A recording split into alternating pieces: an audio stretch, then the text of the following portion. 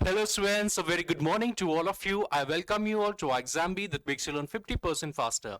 I'm your host Anshuman, your English faculty. Students, ये आपकी video जो यूआईएससी के एग्जाम को टारगेट करके है, आज हम करने वाले हैं important questions based on error detections. ठीक है, तो लास्ट टाइम आपको याद होगा कि हमने कुछ रूल्स किए थे। तो लास्ट टाइम भी जो वीडियो हम लोगों ने मतलब जो मैंने निकाली थी, जो मैंने की थी, ठीक है, तो उसमें मैंने क्या करवाया था, आप लोगों को इंपॉर्टेंट ग्रामर रूल्स करवाए थे, है ना। तो अब हम क्या देखेंगे, बिल्कुल सेम है, मतलब ठीक है, वहां पर हमारा फोकस ज्यादा किस पर था, रूल्स पर था। यहां पर हमारा फोकस होगा कि किस तरीके से हमें एरर डिटेक्शन के क्वेश्चंस को सॉल्व करने हैं। And what do we mean by important questions based on error detection, की जो इंपॉर्टेंट रूल्स पर बेस्ड है एरर डिटेक्शन, जो कहीं ना कहीं आपको जरूर पता होने चाहिए। ठीक है, जो बेसिक्स भी हो सकते हैं, लेकिन कई बार हम लोग क्या करते हैं, हम लोग उनसे वाकिफ नहीं होते हैं। ठीक है, सो यहां पर आपका फर्स्ट क्वेश्चन रहा। देखिए ध्यान से आप क्वेश्चन आप पढ़िए। The researcher along with the team of experts were at odds over the interpretation of the complex data, leading to a protracted and heated debate during the conference. Sentence को आप बहुत ध्यान से पढ़िए, ठीक है, और आप पता लगाने की कोशिश करिए कि कहां पर यहां पर एरर हो सकता है।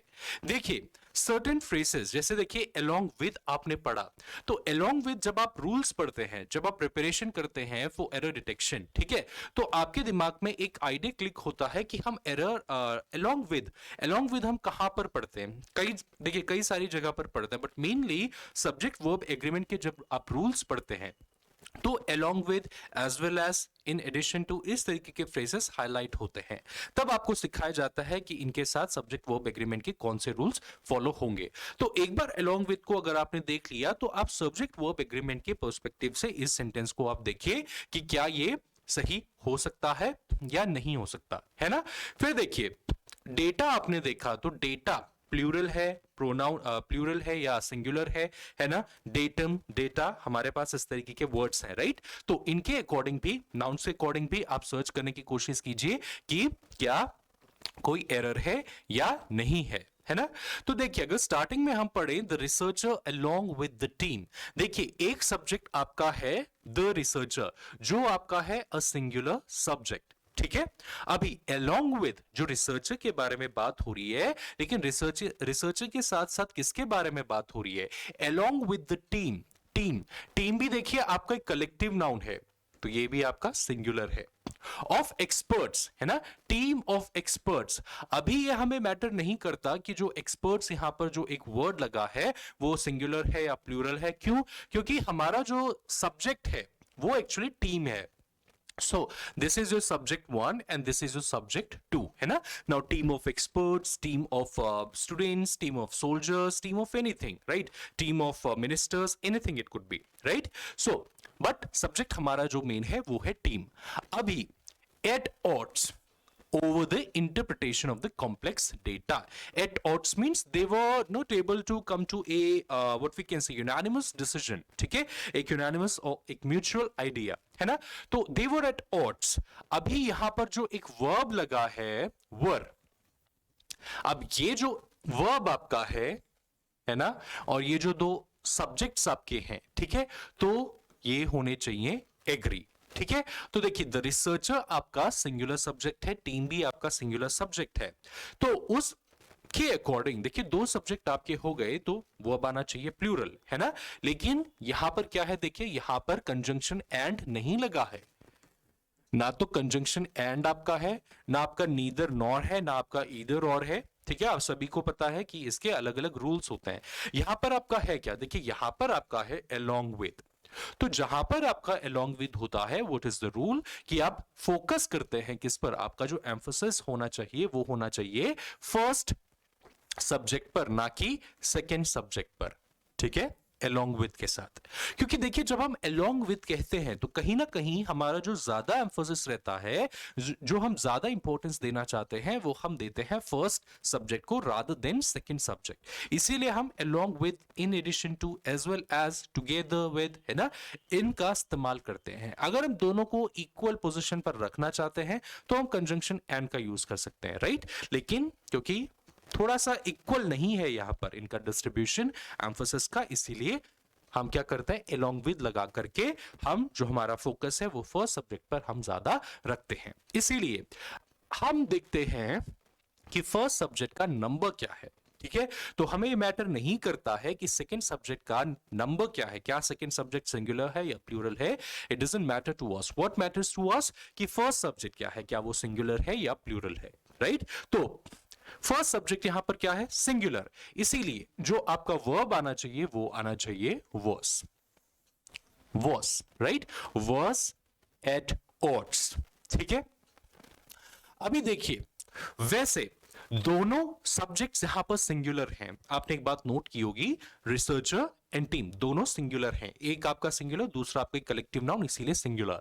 लेकिन अगर यहां पर टीम को छोड़ करके, टीम ऑफ को छोड़ करके सिर्फ होता अलोंग विद द एक्सपर्ट्स, तो आपका सेकंड सब्जेक्ट बन जाता प्लूरल। लेकिन तभी भी क्या होता, कोई फर्क नहीं पड़ता, क्योंकि along with लगा है तो एम्फेसिस जाना चाहिए फर्स्ट सब्जेक्ट के साथ। ठीक है, इसीलिए जो आपका करेक्ट आंसर होगा वो होगा ए, क्योंकि आपका एरर लाइक करता है पार्ट ए में, this should be replaced with was। तो ये सब्जेक्ट वर्ब एग्रीमेंट से एक क्वेश्चन था, तो इसे प्लीज आप ध्यान में रखेंगे, और बाकी जितने भी रूल्स हैं, ठीक है, आप उसे जरूर देखने की आप कोशिश करेंगे। बैंक बी चैनल पर ही मैंने क्या की है, कई बार मैंने मतलब हमारा बीच में एक सीरीज जब स्टार्ट हुआ था, तो मैंने काफी सारे इंपॉर्टेंट कॉन्सेप्ट्स पर मैं काफी बार लाइव आया था। तो डेली हमारा एक शेड्यूल था, ठीक है, I believe it was Tuesday and Thursday जो मेरे डेज होते थे। तो उस पर मैंने active passive voice, direct indirect, conditional sentences, ठीक है, और फिर आपके सब्जेक्ट वर्ब एग्रीमेंट के रूल्स, टेंसेस, काफी सारे मैंने बहुत चीजें डिटेल में उसमें करवाई हैं। तो if you are interested you must please visit the channel, okay, go under the video section, और वहां पर आप मेरी वीडियो फाइंड आउट करने की कोशिश कीजिए। तो आपको डिफरेंट टॉपिक से डिफरेंट वीडियोस आपको मिल जाएंगी। ठीक है, ओके, नेक्स्ट क्वेश्चन हम देखते हैं, neither the directors nor the CEO. अभी देखिए, नीदर नॉर यहां पर आ गया, तो नीदर नॉर से ही कई सारे रूल्स हमारे होते हैं। सब्जेक्ट वर्ब के रूल्स अलग होते हैं, नीदर नॉर के अपने अलग रूल्स होते हैं। ठीक है, तो यहां पर एक बात देखने की कोशिश कीजिए कि आप possessing distinct vision for the company's future found themselves embroiled in a contentious negotiation over the strategic direction of the organization। ठीक है, distinct vision का आप सबको मतलब पता है, मतलब बिल्कुल अलग, that can be differentiated। ठीक है, contentious का भी मतलब आपको पता है, contentious, right? Okay, so contentious मतलब something pugnacious, right, or something that is argumentative in nature। Okay, तो अभी देखते हैं क्या यहां पर neither nor, देखिए neither nor, नीदर नॉर के साथ क्या आपका रूल है सब्जेक्ट वर्ब एग्रीमेंट में, neither nor, neither nor follow करता है रूल ऑफ प्रॉक्सिमिटी को। ठीक है, rule of proximity. What do we mean by rule of proximity? Proximity means closeness, है ना। तो वर्ब हमारा जो होता है, वर्ब के पहले यानी वर्ब के क्लोज जो सब्जेक्ट रहेगा, है ना, उसके अकॉर्डिंग वर्ब कंजुगेट होगा। ठीक है, वर्ब के क्लोज जो सब्जेक्ट होगा उसके अकॉर्डिंग वर्ब कंजुगेट होगा। फॉर एग्जाम्पल, अगर हमारे पास दो क्या है सब्जेक्ट्स है, नीदर नॉर में दो ही सब्जेक्ट्स आपके पास रहेंगे, है ना, और दोनों अलग अलग नंबर के हैं। जैसे अगर आप देखेंगे तो नीदर द डायरेक्टर्स, डायरेक्टर्स आपका एक सब्जेक्ट हो गया जो आपका प्लूरल है ना, और फिर नॉर दियर सीईओ, सीईओ एक ही पर्सन होता है, ठीक है, इट्स अ पोजीशन, सो ये आपका सिंगुलर सब्जेक्ट हो गया। तो देखिए, दो सब्जेक्ट्स आपके पास हैं और अलग अलग नंबर्स के आपके पास सब्जेक्ट्स हैं, तो क्या यहां पर और नीदर नॉर के साथ कनेक्टेड हैं, तो आपका फॉलो होता है rule of proximity. So what does rule of proximity says, हमें ढूंढना होता है वो सब्जेक्ट जो वर्ब के बिल्कुल क्लोज है। तो वर्ब हमारा है आर, है ना, तो यहां पर जो वर्ब आर है, इस आर के कौन करीब है, क्या सीईओ है या डायरेक्टर्स है? आपके सामने है सीईओ है ना। तो हमें मैटर क्या करेगा कि सीईओ, ये जो आपका क्लोज सब्जेक्ट है टू द वर्ब, इसका नंबर क्या है, क्या ये सिंगुलर है या प्लूरल है? ठीक है, तो सीईओ सिंगुलर सब्जेक्ट है, ठीक है, इसीलिए यहां पर क्या होगा, ये होना चाहिए इज। ठीक है, CEO is possessing distinct vision।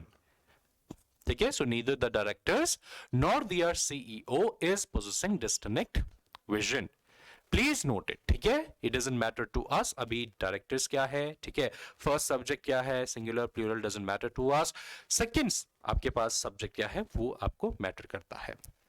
तो आंसर आपका क्या रहेगा, देखिए फर्स्ट ए वाला है ना, you have to replace are with is. चलिए नेक्स्ट क्वेश्चन हम देखेंगे। Neither of the candidates demonstrated their sufficient qualifications for the position, leaving the hiring committee with the difficult decision of choosing either of the subpar options. So neither of the candidates demonstrated, देखिए यहां पर आपका neither आया है, यहां पर आपका neither nor नहीं है, just आपका neither है। तो अब जब केवल neither होता है तो रूल क्या बन जाता है, किस तरीके से रूल कन्वर्ट होता है, देखिए चाहे वो नीदर हो या नॉर हो, है ना, नीदर नॉर में बात होती है किसी एक ही पार्टी की। What do I mean by party की, नीदर नॉर, है ना, नीदर नॉर में दो अलग अलग सब्जेक्ट्स हैं, है ना, तो उसमें से बात होती है सिर्फ उस एक सब्जेक्ट की, ठीक है, यानी जो एक्चुअली एक्शन करता है, कोई भी कार्य करता है, ठीक है, तो वो होता है केवल एक ही एक्शन, है ना, एक ही सब्जेक्ट। इसीलिए हम क्या करते हैं, दोनों सब्जेक्ट्स में से हम केवल एक सब्जेक्ट का हम नंबर देखते हैं, और वो किस तरीके से देखते हैं वो इस पिछले वाले क्वेश्चन में आपको बता दिया गया है ना। तो अभी नीदर में भी क्या है, नीदर इज ऑल्सो सिंगुलर, है ना। अब नीदर में क्या है, देखिए वहां पर नीदर नॉर में तो क्या था कि अगर आपके पास अलग अलग सब्जेक्ट्स हैं, ठीक है, वहां पर आपके पास अलग अलग सब्जेक्ट्स हो सकते हैं इन डिफरेंट नंबर्स, वहां पर आपके पास प्लूरल भी हो सकता है, लेकिन नीदर सिर्फ सिंगुलर ही कंसिस्ट कर सकता है। तो अगर मैं कह रहा हूं कि नीदर ऑफ द कैंडिडेट्स, तो यहां पर नीदर ऑफ द कैंडिडेट्स का मतलब है क्लोज टू नन, है ना, या जीरो, कोई भी नहीं, नो वन, ठीक है। So neither of the candidates, अगर कैंडिडेट्स हैं बहुत सारे तो उसमें से कोई भी नहीं, इसीलिए डेमोन्स्ट्रेटेड, देखिए अब यहां पर क्या आना चाहिए, यहां पर देखिए क्या लगा है, एक प्लूरल पोजेसिव प्रोनाउन लगा है देयर, लेकिन हमें प्लूरल प्रोनाउन नहीं चाहिए क्योंकि नीदर का मतलब है none, which is equal to what, zero, है ना, कोई भी नहीं। तो यहां पर आना चाहिए आपका सिंगुलर प्रोनाउन। अभी सिंगुलर प्रोनाउन तो आपके ही, शी, इट होता है, ठीक है, अभी हम केसेस की बात नहीं कर रहे, लाइक हिज, हर, इट्स, है ना, अभी जस्ट नॉर्मली हम बात करें कि ही, शी, इट।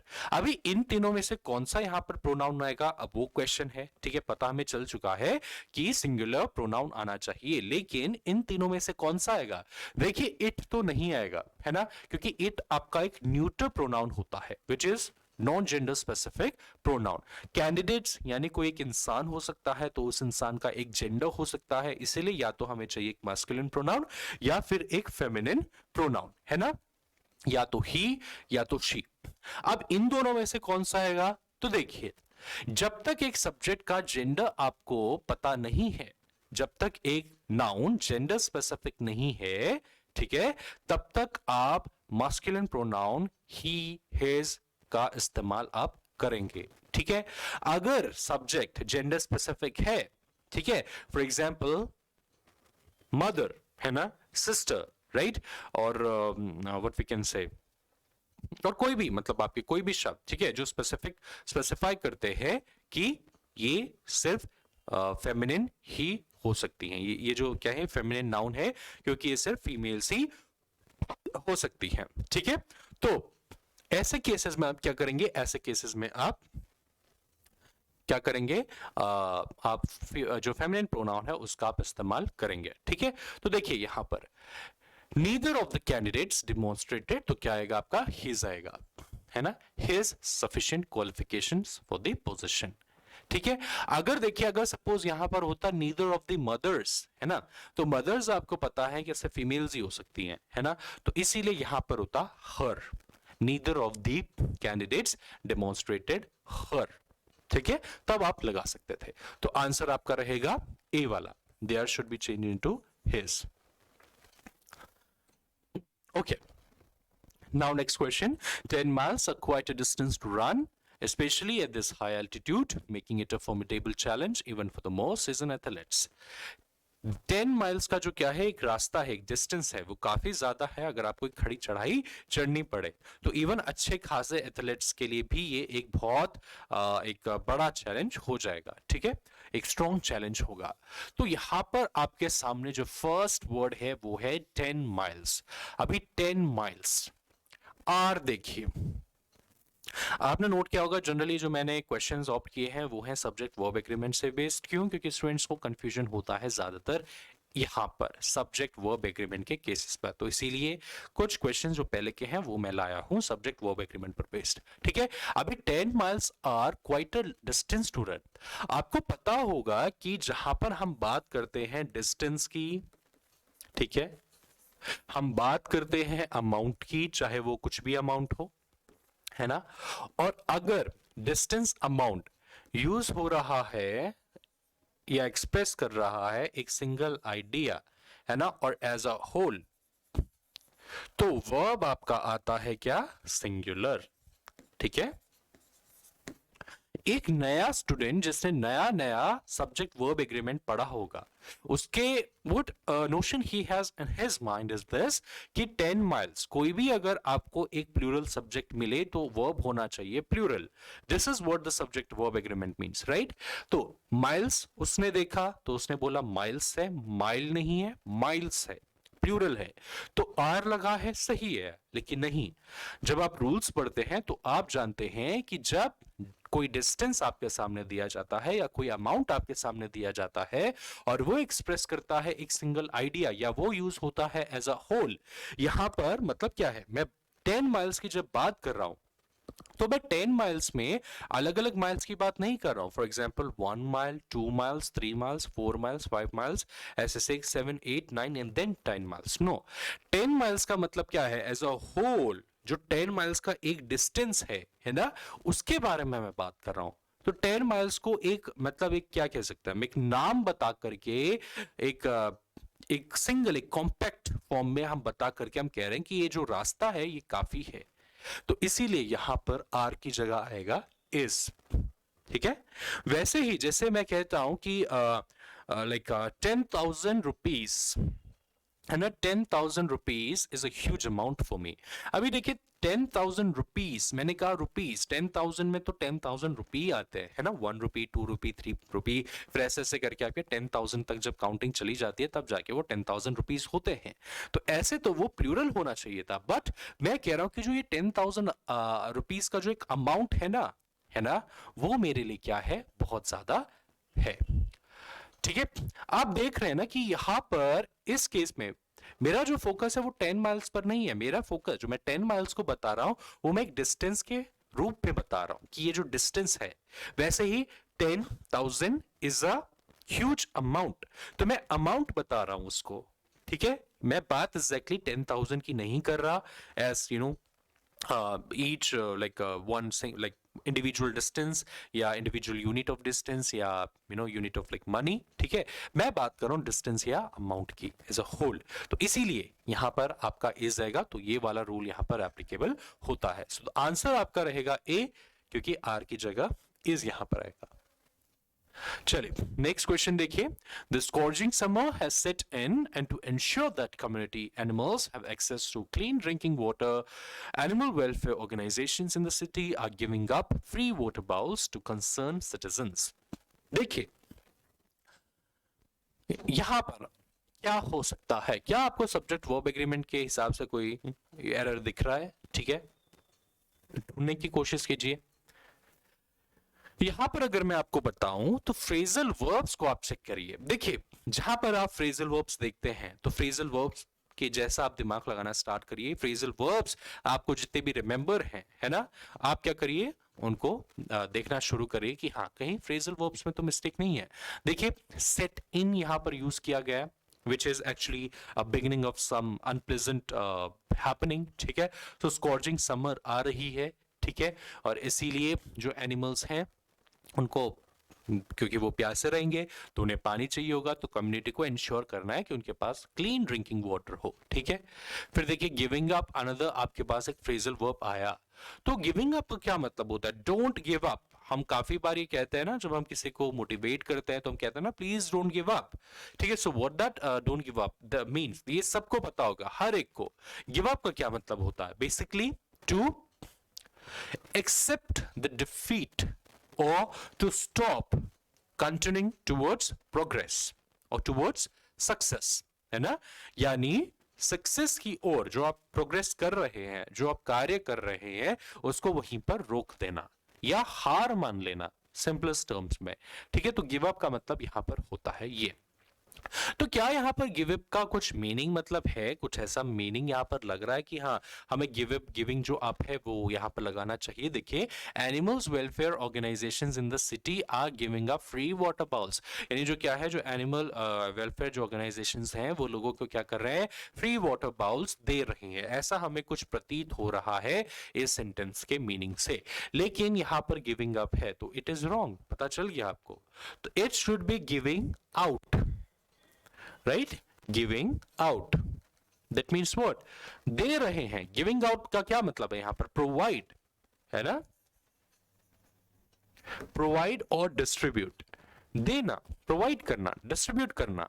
ठीक है, तो देखिए सिंगल प्रपोजिशन से कितना फर्क आ सकता है फ्रेजल वर्ब के मीनिंग में। ठीक है, तो What does this question suggest you कि आपको क्या करना है, अपने फ्रेजल वर्ब्स पर भी आपको काम करना है। इसीलिए आपका आंसर रहेगा, ठीक है, सी वाला। चलिए नेक्स्ट क्वेश्चन हम देखेंगे। A nation's growth requires the productive contribution of all segments of society, particularly the children and the youth, who need to be provided opportunities for self-expression. Okay अब यहां पर क्या है, देखिए, अ Nations growth requires, a nation growth, what requires?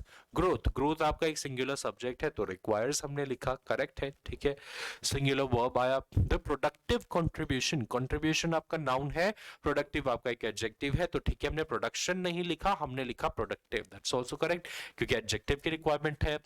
Of all segments of society, segments, देखिए all तो आना चाहिए प्लूरल, सेगमेंट्स तो ये भी करेक्ट है, segments of society, particular the children, यहां पर थोड़ा सा गड़बड़ लगती है। Particular the children, what do you mean by particular the children, right? It should be particularly the children. देखिए पर्टिकुलर एंड पर्टिकुलरली, है ना? पर्टिकुलर जो आपका है वो आपका एक एडजेक्टिव होता है, ठीक है, दैट मीन्स स्पेसिफिक, है ना? वाइल पर्टिकुलरली, जब आप इसमें क्या करते हैं, ly आप लगाते हैं, है ना, तो ये क्या बन जाता है आपका एडवर्ब, विच मीन्स स्पेसिफिकली। ठीक है, तो यहां पर हमें एडजेक्टिव की आवश्यकता नहीं है, यहां पर हमें एक एडवर्ब की रिक्वायरमेंट है। और वो क्यों?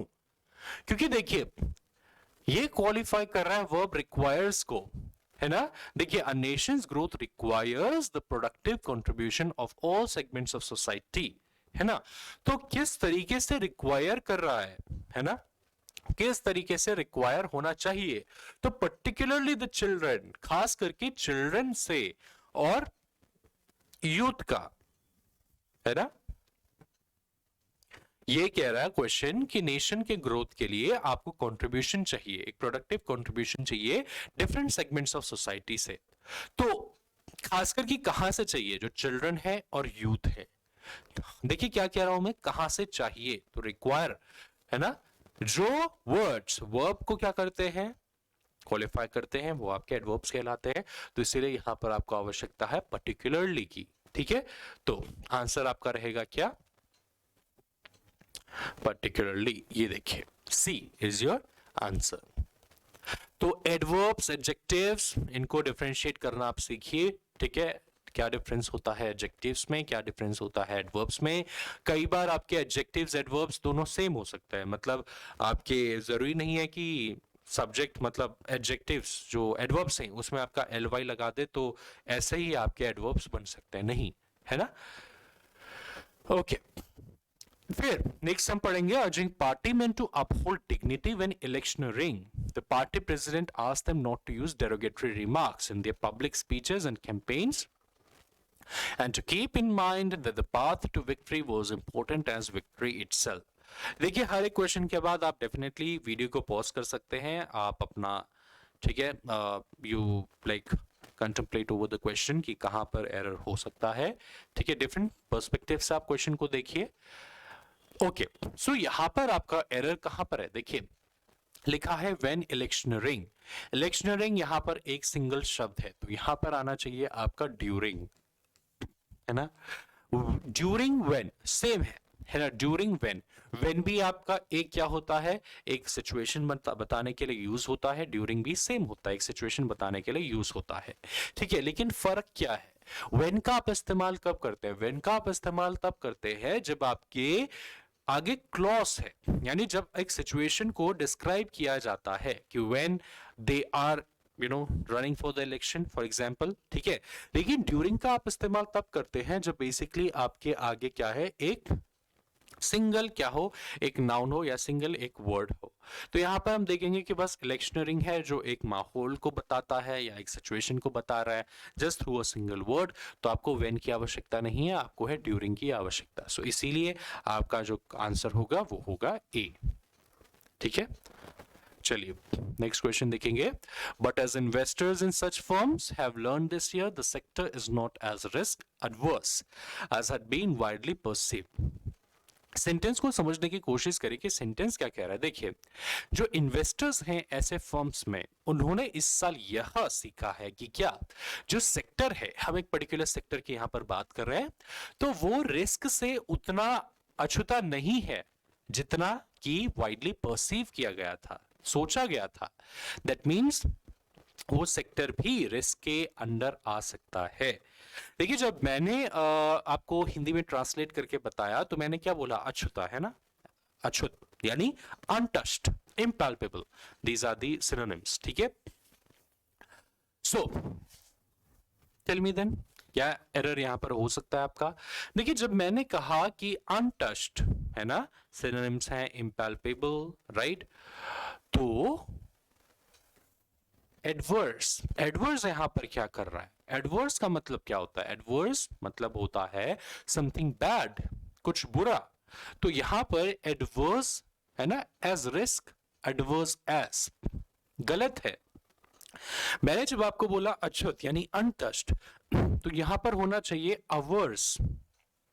अवर्स का क्या मतलब है, अवर्स का मतलब है अवॉइडेड, है ना, या व्हाट वी कैन से बिल्कुल दूर, है ना, डिस्टेंस, दूरी, ठीक है। सो यानी वो रिस्क से क्या है वो, ठीक है, उतना अनटच्ड नहीं है, उतना वो दूर नहीं है, यानी उस सेक्टर में भी क्या है, रिस्क हो सकता है जरूर। तो देखिए सॉरी, तो यहां पर अगर आप देखेंगे सब जो आपका एरर डिटेक्शन का जो क्वेश्चन है वो स्पेलिंग बेस्ड या वोकैबुलरी बेस्ड भी है ना। तो कई बार आपके जो एरर डिटेक्शन के क्वेश्चंस होते हैं वो स्पेलिंग बेस्ड भी आ सकते हैं और वो वोकैबुलरी बेस्ड भी आ सकते हैं। इट्स नॉट नेसेसरी कि हमेशा ग्रामर बेस्ड ही आएंगे।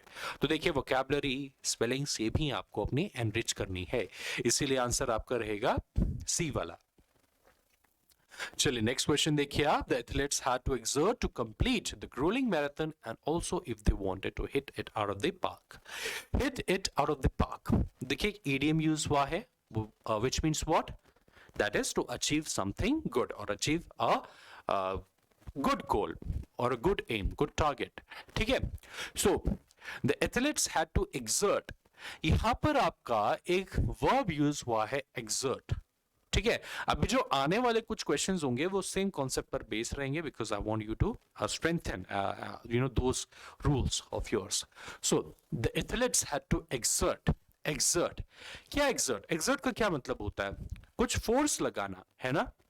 सो the athletes had to exert what, ठीक है। सेंटेंस अगर आप समझे तो सेंटेंस कह रहा है कि जो एथलीट्स है उन्हें काफी फोर्स लगाना है कि अगर उस मैराथन को पूरा कर सके और अगर वो एक बड़ी जीत मनाना चाहें तो, एक बड़ी जीत को वो अचीव करना चाहें तो अगर आपको समझ में आया तो उन्हें फोर्स लगाना है अपने आप पर, है ना।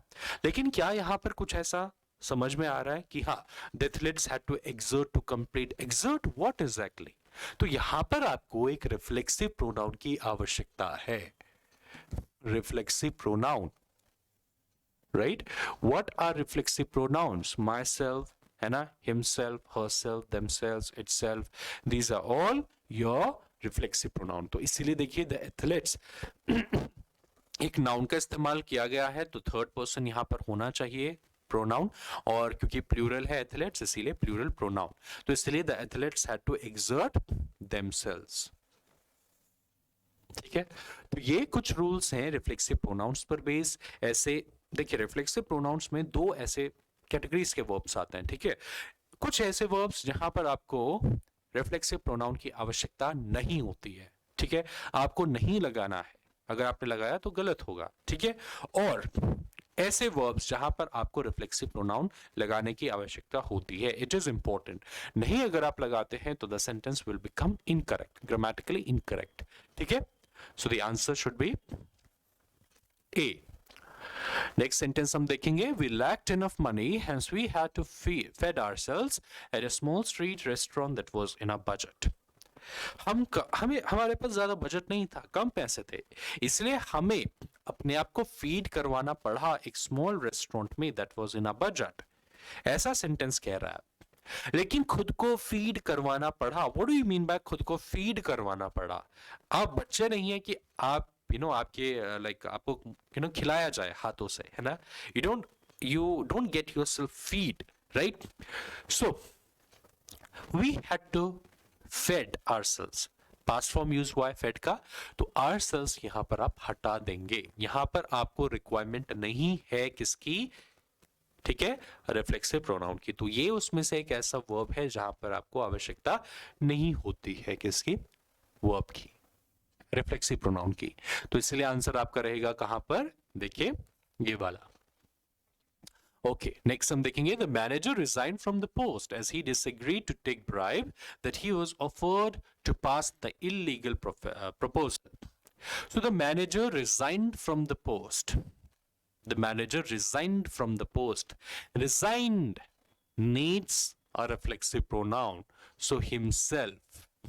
ठीक है, देखिए ये कुछ ऐसे वर्ब्स हैं जिसे आपको लर्न करना जरूर पड़ेगा. ठीक है, कहीं मतलब कई बार आप थोड़े से कुछ आप रीजंस दे सकते हैं, कुछ आप लॉजिक्स दे सकते हैं. जैसे पिछले वाला एक क्वेश्चन था, वहां पर फीड आवरसेल्व्स बहुत अजीब लगेगा. ठीक है, लेकिन यहाँ पर इस तरह के कुछ फिर जो बाकी वर्ब्स होते हैं कुछ को आपको सिंपली मेमोराइज करना पड़ेगा. It all comes with practice. तो जितना प्रैक्टिस करेंगे, ठीक है, उतना you will be able to grasp it and memorise it. So the manager resigned himself from the post. यहां पर फिर आना चाहिए. ठीक है, okay. Because we can ask, ठीक है, कि resign whom, like exactly, so himself. इसलिए आंसर ए रहा. Next, we moved ourselves around the city to explore the beauty it hides and also the diverse culture that is the secret of unity in people here. So we moved ourselves around the city. We move कहने का क्या मतलब है? हम जब घूमते हैं कहीं भी, है ना, so we move. सेंटेंस कह रहा है कि हम शहर में घूमे, हम चारों तरफ शहर के घूमे. लेकिन सेंटेंस यहां पर एग्जैक्टली कह रहा है कि वी मूव्ड आवरसेल्व्स, हमने अपने आप को घुमाया, हमने अपने आप को मूव करवाया. So does it look appropriate? नहीं, है ना. तो इसीलिए आवरसेल्व्स को यहां से हटा देंगे. सो मूव्ड के साथ आप रिफ्लेक्सिव प्रोनाउन नहीं यूज करेंगे. आंसर आपका होगा ए.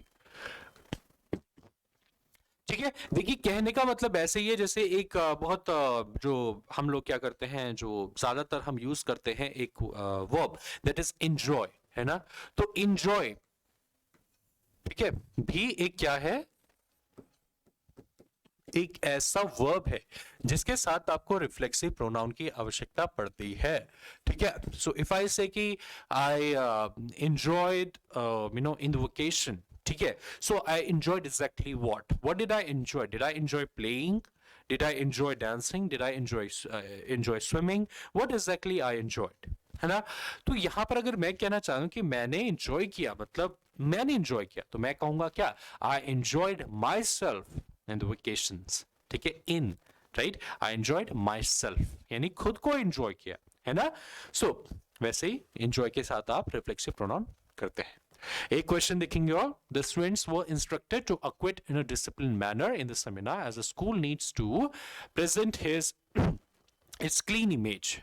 So the students were instructed to acquit. देखिए acquit का क्या मतलब होता है? acquit के दो मतलब हो सकते हैं, एक किसी इंसान को फ्री कर देना किसी चार्ज से, दूसरा एक मीनिंग acquit का हो सकता है to display a behavior, present yourself, ना एक स्पेसिफिक मैनर में जो आप अपने आप को क्या करते हैं, प्रेजेंट करते हैं. So the students were instructed to acquit in a disciplined manner. Acquit what exactly, क्या अक्विट करना था? यहां पर कहा जा रहा है कि अपना बिहेवियर अक्विट करें, अपने आप को इक्विट करें, कैसे अपने आप को प्रेजेंट करते हैं, डिस्प्ले करते हैं, वो ध्यान में रखें. तो इसीलिए यहां पर हम लगाएंगे themselves, है ना. So the students were instructed to acquit themselves in a disciplined manner, यानी स्टूडेंट्स अपने आप को स्टूडेंट्स को इंस्ट्रक्ट किया गया कि वो अपने आप को क्या करें, ध्यान से, ठीक है, बिहेव वो करें, अपने आप को ध्यान से प्रेजेंट करें, अच्छे से बिहेव करें. ठीक है, तो आंसर आपका क्या होगा, देखिए ए वाला आपका. ठीक है, so this is all students. In this video हम लोगों ने कुछ इंपॉर्टेंट रूल्स बेस्ड, कुछ इंपॉर्टेंट क्वेश्चंस किए direction based. So I hope आपको ये वीडियो पसंद आया होगा. So if you like this video please hit the like button, it really motivates अस. अगर आपको लगा कि डेफिनेटली ये वीडियो आपको हेल्प कर सकती है, आपको हेल्प की होगी, तो you can also please share this video with your friends who are also preparing for other competitive examinations. ठीक है, and you can share with any of your friends. ठीक है, एंड आप अगर आपको like like if you want कि और videos लाई जाए, ठीक है, या आपका एक पर्टिकुलर कॉन्सेप्ट है जो वीक है, तो आप डेफिनेटली कमेंट में लिख सकते हैं कि what topic you would want us to bring the video on. So I wish you all the very best. Thank you so much. Have a good day. Take care and bye bye.